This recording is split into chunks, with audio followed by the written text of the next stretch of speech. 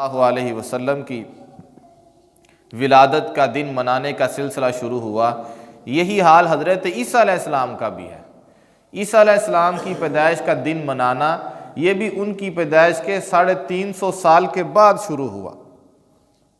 وہ بھی عیسائی پہلے عیسیٰ علیہ السلام کی پیدائش کا دن نہیں مناتے تھے، جس طرح مسلمان حضور اکرم صلی اللہ علیہ وسلم کی پیدائش کا دن نہیں منایا کرتے تھے، بس ایسے ہی جو ایک ترتیب تھی وہ چل رہی تھی، بعد میں بس ایک سلسلہ چل پڑا اور پھر آپ دیکھ رہے ہیں یہ بات کہاں تک پہنچ گئی۔ تو حضرت عیسیٰ علیہ السلام کی پیدائش کا جو سلسلہ چلا پیدائش کو منانے کا، وہ شروع میں صرف یہی ہوتا تھا کہ بس ہلکا پھلکا مناتے تھے، کوئی جو ان کے عالم ہوتے تھے، جو ان کے پادری ہوتے تھے، وہ بس ہلکی پھلکی تقریر کرتے تھے۔ پھر ایک وقت گزرا، انہوں نے کہا جی تقریر تے مزہ نہیں آتا، کوئی میوزک ہونا چاہیے تھا، کوئی موسیقی ہونی چاہیے۔ پھر بس وہ موسیقی ساز شروع ہو گئی، پھر ناچ گانا شروع ہو گیا۔ اب تو کہا جاتا ہے کہ 25 دسمبر کو جتنی شراب پی جاتی ہے پورے سال میں اتنی شراب نہیں پی جاتی، اور اس کے علاوہ بھی بہت سارے بے حیائی کے کام وہ سارے کے سارے اس دن کے ساتھ جڑے ہوئے ہیں۔ ظاہر ہے کہ جب انسان اپنی مرضیاں اندر داخل کرتے ہیں، جی لوگوں کی پسند، جی لوگ کیا کہتے ہیں، لوگ ایسے خوش ہوتے ہیں، تو لوگوں کی خوشی کا سلسلہ تو پھر ختم نہیں ہوتا۔ آج لوگ ایک بات کے اوپر خوش ہیں، کل لوگ اس سے تنگ آ جائیں گے، وہ کہیں گے ہوں نمی لے کے آؤں، تو بس یہ تو پھر سلسلہ چلتا رہے گا۔ اس لیے لوگوں کے اندر جو ایک چیز پیدا ہو گئی ہے نا کہ جب ان کو دین کی بات سنائی جاتی ہے وہ کہتے ہیں سنی ہوئی ہے پہلے، تو ہوں نواں دین کتوں لئیے، پھر کتوں لئیے نواں دین؟ قرآن ہی ہے، اب قرآن کے 30 ہی سپارے ہیں، یہ 35 تو نہیں ہم کر سکتے، کچھ 40 بنا سکتے ہیں، ایک لفظ نہیں بڑھا سکتے، تو نیا دین کہاں سے لے کے آئیں؟ بس اسی دین کو ہم نے سننا ہے، اسی کو بار بار سننا ہے، اسی کے اوپر اپنا ایمان مضبوط کرنا ہے، اور جو کمی کوتاہی ہے وہ ختم کرنی ہے۔ یہ نہیں ہو سکتا کہ اب ہم نئی باتیں لے کے آئیں، کوئی نئی کتاب لے کے آئیں، پھر نئی باتیں آپ کو سنائیں، نئی بات نہیں ہو سکتی۔ جو دین اللہ نے اتارا ہے وہی آپ کو بار بار سنایا جائے گا، اور اسی کے اندر ہم نے آگے بڑھنا ہے، اور اسی کے اندر ہم نے اپنے آپ کو مضبوط کرنا ہے۔ تو وہ بس سلسلہ چل پڑا جی، اب یہ جو منایا جا رہا ہے دن یہ صحیح نہیں ہے، تو پھر ناچ گانا آ گیا، تو پھر شراب آ گئی، پھر بے حیائی، تو پھر اس طرح کرتے کرتے یہ اب سلسلہ ان کا بہت آگے نکل چکا ہے۔ ہمارے ہاں بھی اب دیکھ لیں جو لوگ 12 ربیع الاول کو مناتے تھے دن، پہلے اس طرح نہیں تھا، اب دیکھ لیں اس میں کیا کچھ ہو رہا ہے۔ اب عورتیں بھنگڑے بھی ڈال رہی ہیں، عورتیں ناچ بھی رہی ہیں، عورتیں بھی اب جو ہیں وہ بازاروں کے اندر آنا شروع ہو گئی ہیں، آپ سارا کچھ دیکھتے ہیں۔ شروع میں یہ نہیں تھا، اب آ گیا ہے، اور اب یہ بھی نہیں پتا کہ آئندہ زمانوں میں اس کا کیا حشر ہونا ہے۔ جبکہ اگر ہم قرآن مجید میں غور و فکر کریں، قرآن مجید کو پڑھیں، تو آپ یقین کریں قرآن مجید میں نام لے کر نہ 26 نبیوں کا تذکرہ موجود ہے، اور کوئی ایک نبی بھی ایسا نہیں ہے کہ جس کی پیدائش قرآن نے بیان کی ہو۔ قرآن مجید نے کسی نبی کی پیدائش کا تذکرہ کیا ہی نہیں ہے، سوائے ایک نبی کی پیدائش کے، وہ بھی حضرت عیسیٰ علیہ السلام، کیونکہ ان کی پیدائش ایک ایسا مسئلہ بن چکا تھا کہ عیسائی کہنے لگ گئے تھے کہ عیسیٰ اللہ کا بیٹا ہے۔ وہ کہتے تھے عیسیٰ اللہ کا بیٹا نہیں ہے، تو پھر بتاؤ عیسیٰ کا باپ کون ہے؟ تو عیسیٰ کا باپ اب کون بتائے، وہ تو ہے ہی نہیں۔ تو کہتے تھے جب اس کا باپ نہیں ہے تو پھر یہ اللہ کا بیٹا ہے، معاذ اللہ۔ وہ ان کو اللہ کا بیٹا کہتے تھے۔ تو قرآن مجید نے پھر عیسیٰ علیہ السلام کی ولادت بیان کی، وہ پوری سورۃ مریم کے اندر تقریباً 2 رکوع کے اندر اللہ تعالیٰ نے حضرت مریم کا اور حضرت عیسیٰ علیہ السلام کا واقعہ بیان فرمایا، ان کی پیدائش کو بیان فرمایا، اور ساتھ یہ بات بطور خاص بیان فرمائی کہ جب عیسیٰ علیہ السلام کی والدہ کے اوپر تہمت لگی تھی تو عیسیٰ علیہ السلام نے اپنی ماں کے پیٹ کے اندر جب کہ وہ بچے تھے انہوں نے یہ گواہی دی تھی کہ میں اللہ کا بندہ ہوں۔ یہ تو نہیں کہا تھا کہ میں اللہ کا بیٹا ہوں، یہ تو نہیں کہا تھا، بلکہ کہا تھا کہ میں اللہ کا بندہ ہوں۔ آتانی الکتاب وجعلنی نبیا، اللہ مجھے کتاب بھی عطا فرمائے گا، اللہ مجھے نبی بھی بنائے گا۔ تو یہ صرف ایک نبی ہیں حضرت عیسیٰ علیہ السلام کہ جن کی پیدائش کا اللہ تعالیٰ نے قرآن مجید میں تذکرہ کیا، وگرنہ کسی نبی کی پیدائش کا اللہ تعالیٰ نے قرآن مجید میں تذکرہ نہیں کیا۔ تو اس قرآن مجید کے انداز سے ہمیں یہ بات سمجھ لینی چاہیے کہ پیدائش اصل نہیں ہوتی، اصل وہ ہوتی ہے جو نبیوں کا پیغام ہوتا ہے، جو اللہ تعالیٰ اپنے نبیوں کے اوپر وحی نازل فرماتے ہیں، جو نبیوں کی زندگی ہوتی ہے، جو وہ گزارتے ہیں، جو ان کی مشقتیں ہوتی ہیں، جو ان کا جہاد ہوتا ہے، جو ان کی دعوت و تبلیغ ہوتی ہے، وہ اصل زندگی ہوتی ہے۔ کیونکہ جب ایک نبی پیدا ہو رہے ہوتے ہیں تو اللہ کے تو علم کے اندر ہوتا ہے کہ یہ نبی ہیں، تو لوگوں کو پتا ہوتا ہے کہ اس نے بعد میں نبی بننا ہے؟ لوگوں کو تو نہیں پتا ہوتا. لوگوں کے لیے تو ویسے ہی ایک بچہ ہوتا ہے، جیسے ان کے ہاں بچے ہوتے ہیں، وہ تو اللہ کے علم کے اندر ہوتا ہے کہ اس نے بعد میں جا کے نبی بننا ہے. تو اللہ تعالیٰ نے کسی نبی کی پیدائش کو قرآن مجید میں موضوع بحث نہیں بنایا، کسی کا تذکرہ نہیں کیا سوائے حضرت عیسیٰ علیہ السلام کے. ان کی پیدائش کا اللہ نے تذکرہ کیا کہ جبریل امین نے حضرت مریم کو پھونک ماری، ان کے پھونک مارنے سے حضرت مریم کو حمل ٹھہرا، اور اسی وقت حضرت عیسیٰ علیہ السلام کی پیدائش.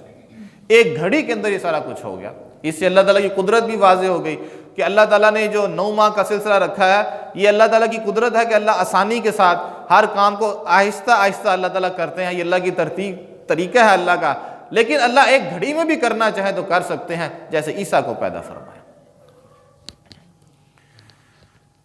اور قرآن مجید میں اللہ تعالیٰ نے عیسائیوں کی جو گمراہی کا تذکرہ کیا، یہ والی گمراہی کہ وہ حضرت عیسیٰ کو اللہ کا بیٹا مانتے ہیں، اور بعض عیسائی تو یوں کہا کرتے تھے کہ عیسیٰ اور اللہ ایک ہی ہے، یہاں تک کہہ دیتے تھے.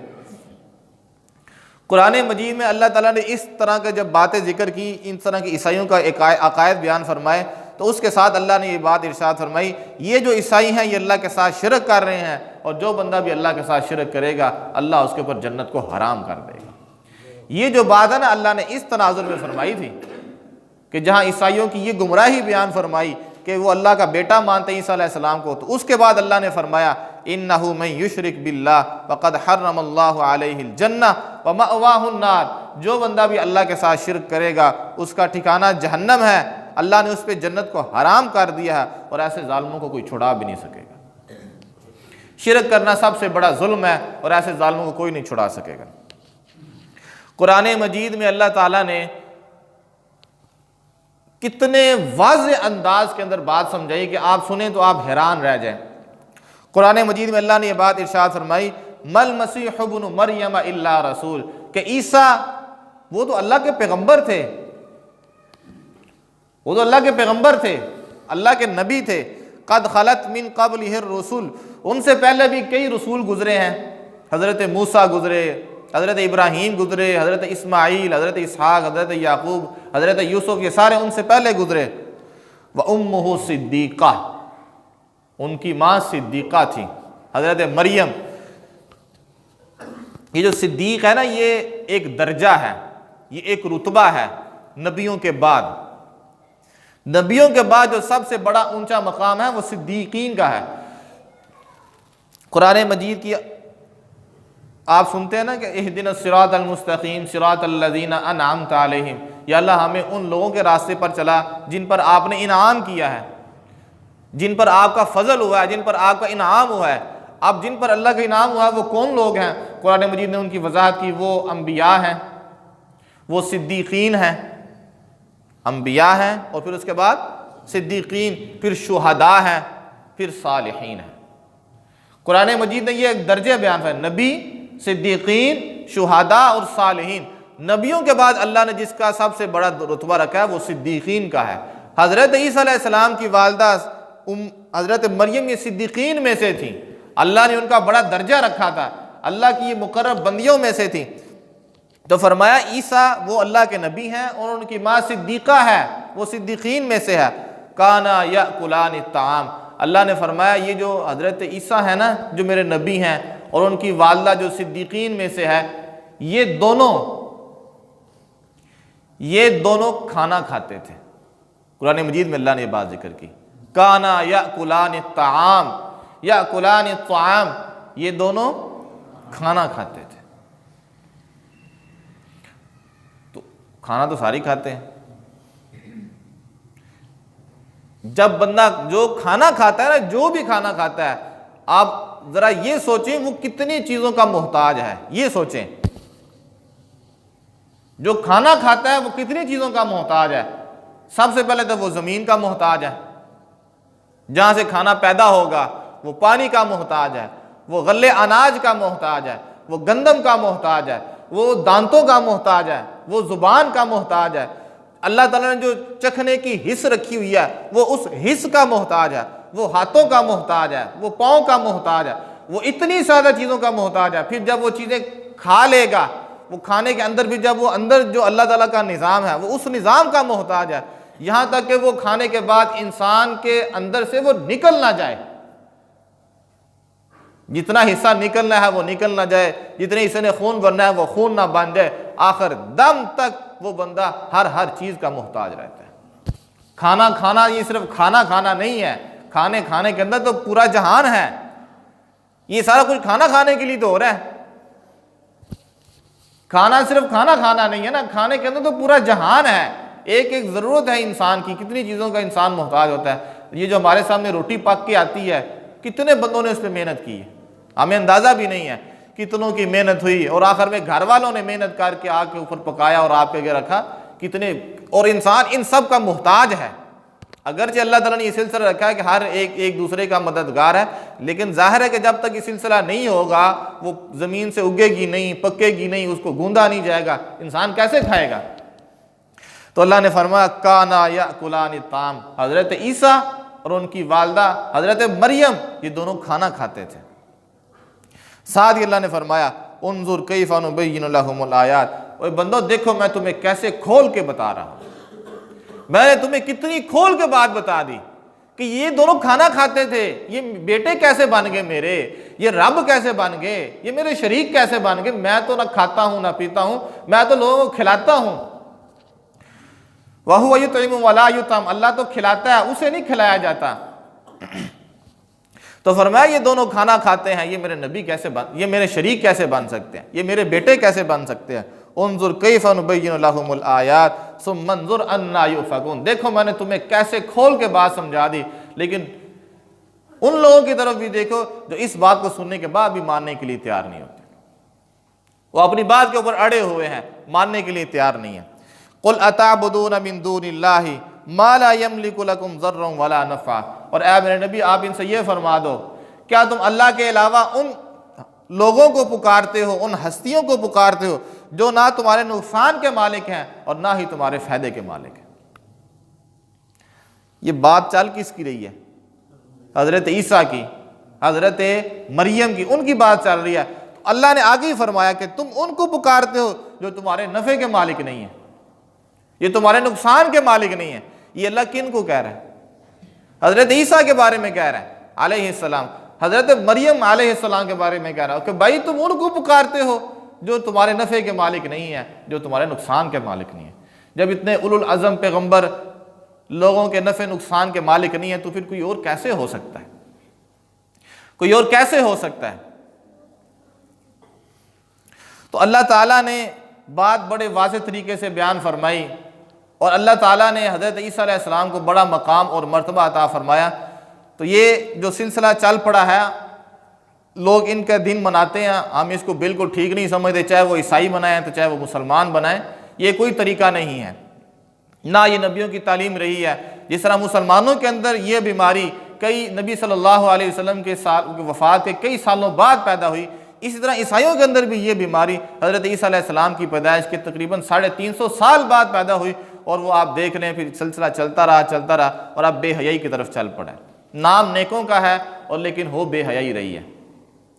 اس سے آپ اندازہ لگائیں نبی علیہ السلام کے اس فرمان کا کہ میری امت کے لوگوں دین کے اندر نئی چیزیں پیدا کرنے سے اپنے آپ کو بچا لینا، اس لیے کہ جب دین کے اندر نئی چیز پیدا ہو گئی نا تو اب آپ نے راستہ کھول دیا، اب جو مرضی اندر نئی چیز داخل کر دیں۔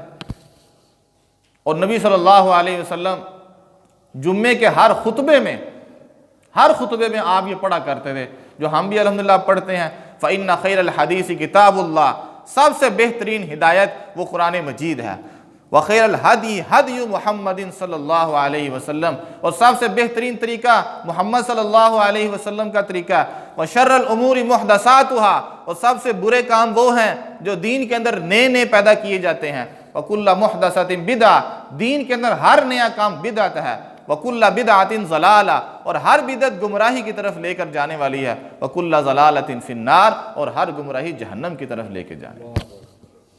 اس لیے یہ کوئی معمولی بات نہیں ہے، دین کے اندر نئی چیز پیدا کرنا یہ انسان کو بہت دور لے جاتا ہے، یہ بہت دور لے جاتا ہے، اس کی کوئی حد نہیں ہوتی، اس کی کوئی انتہا نہیں ہوتی، انسان جو ہے وہ پھر ٹھہرتے نہیں ہیں۔ کیونکہ ظاہر ہے اب دین کی بات تو نہیں رہی، اب تو اپنی خواہشات کی بات آ گئی، اور جب خواہشات کی بات آتی ہے تو پھر انسانوں کی خواہشات تو کبھی ٹھہرنے کا نام نہیں لیتی۔ آج انسان کی خواہش آج کچھ ہے، کل کچھ ہے۔ یہی وجہ ہے کہ لوگ آپ دیکھتے ہیں کہ اتنے اچھے مکان بناتے ہیں، پتہ نہیں کتنے پیسے لگا لیتے ہیں، نہ جانے کتنے اخراجات کرتے ہیں، سال گزرتا ہے، 2 سال گزرتا ہے تو کہتے ہیں جی بس تنگ آ گئے اور نواں بناؤ۔ جن کے پاس ہوتے ہیں نا وہ تنگ آ جاتے ہیں، وہ تو وہی لوگ بھی اس میں رہتے ہیں جن کے پاس آگے بنانے کے لیے کچھ نہیں ہوتا، وغیرہ جن کے پاس ہوتا ہے کہتا ہے جی بس ختم، آگے نیا۔ یہ انسان کی فطرت ہی ایسی ہے کہ یہ ایک چیز کے اوپر ٹھہر نہیں سکتا جب تک کہ بے بس نہ ہو جائے۔ بے بس ہوتا ہے تو پھر بیٹھ جاتا ہے، بے بس ہو گئے تو پھر بیٹھنا ہی ہوتا ہے۔ تو انسان کی خواہشات کی کوئی حد نہیں ہے، یہ جب چلتا ہے تو پھر چلتا ہی چلا جاتا ہے، چلتا ہی چلا جاتا ہے۔ تو اللہ تعالیٰ نے حضرت عیسیٰ علیہ السلام ایک واحد پیغمبر ہیں جن کی پیدائش کو اللہ تعالیٰ نے قرآن مجید کے اندر ذکر کیا، اس کے علاوہ کسی نبی کی پیدائش کو اللہ تعالیٰ نے قرآن مجید کے اندر ذکر نہیں کیا کہ وہ کیسے پیدا ہوئے اور وہ کیا کرتے تھے۔ صرف حضرت عیسیٰ علیہ السلام ایسے تھے کہ جن کی پیدائش کو اللہ تعالیٰ نے قرآن مجید میں ذکر کیا، اس لیے کہ ان کی پیدائش ایسی تھی جو ایک بڑی حیثیت اختیار کر چکی تھی، لوگ اس کی وجہ سے گمراہی کی طرف جا رہے تھے، عیسیٰ علیہ السلام کو اللہ کا بیٹا بنا رہے تھے۔ تو اللہ تعالیٰ نے پھر یہ بات واضح کی کہ عیسیٰ اللہ کا بیٹا نہیں ہے، اللہ تعالیٰ کا بندہ ہے۔ اللہ تعالیٰ سے دعا ہے عمل کرنے کی توفیق عطا فرمائے۔ وما علینا الا البلاغ۔